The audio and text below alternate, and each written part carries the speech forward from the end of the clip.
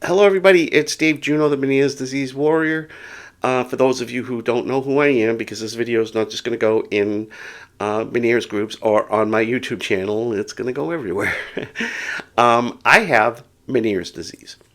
And tomorrow, February 7th, is World Meniere's Day.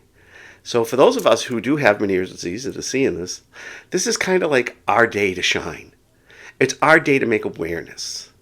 It's our day to well, not celebrate. I mean, you can. I mean, you can make a cake and invite me over. I like cake.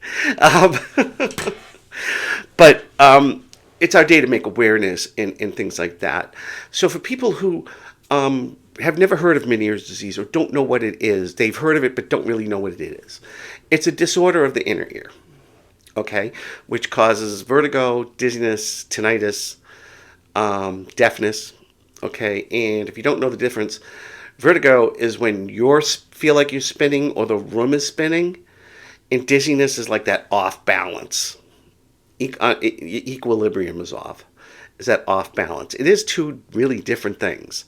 People some get confused by it, but it's really two different things. Now, the cause why we get Meniere's disease, to answer that question honestly, okay, I could sit here for 3 hours about every theory, but to be honest, they don't know. One of the things, there are a couple of things that they kind of narrow it down to. One is hereditary, like somebody in your family had to have had it.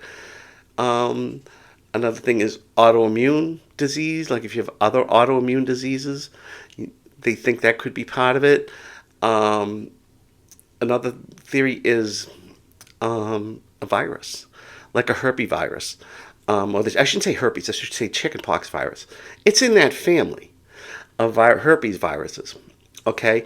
And some people really do respond well to antiviral medications, like Vaclacor, and there's a couple of different ones. And, another theory is they really don't know. There's so many different things, from head injuries that they think, from genetics to, I mean, and if it's genetics, it's that kind of falls in the hereditary thing. But and there's so many things that are in the pipeline to help us. Now, the last decade or so, there's been a lot of research done, and different things that are coming out, and different things that they're trying. Now there's a medicine coming out called Epsilon that's supposed to help us with vertigo and tinnitus and hearing. Hopefully it'll come out later this year or early next year, 2027. For those of you who do have Meniere's disease and following the Epsilon thing, I don't know when it's coming out. I do not work for the FDA. That's it. There's like they use steroid injections. No, they're not cortisone per se, like you get in either dexamethasone. But they're coming out. They're doing a trial with that, where it's more of a gel than the liquid. So it's the steroid's supposed to last longer and calm the cochlears down. They're learning that low dose gentamicin is actually a better option than a full blast. Gentamicin is an antibiotic, but it's poison to your cochlears, to your nerves in there. So that kind of stops the balance.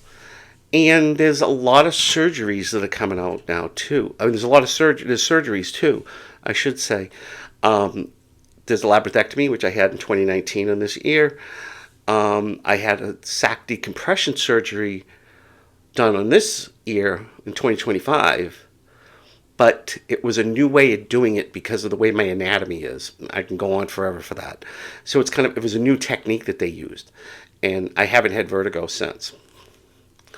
So there are things coming down, but there's always things that we can do better. We need a cure. There has to be found a cure at some point someday. And hopefully there will be. But the more awareness we get out, the better people will respond to research and things like that. So what else can I say? Oh, yeah, I mean, you do go deaf. Okay, I was deaf before they did the labyrinthectomy on this about in 2019. So I was deaf in this ear for 10 years, over 10 years. But I get a cochlear implant last year. So now the hearing, I can hear again on this side, which is good because I got a 5-year-old grandson running around my house. I need to hear where the hell he is. Which I'm really starting to hear again, and it's nice to hear on that side. It's not normal, but like it was before, but it's something. And then I do have a hearing aid for here because I had lost almost 70% hearing on this side. So yeah, I can basically hear now pretty well.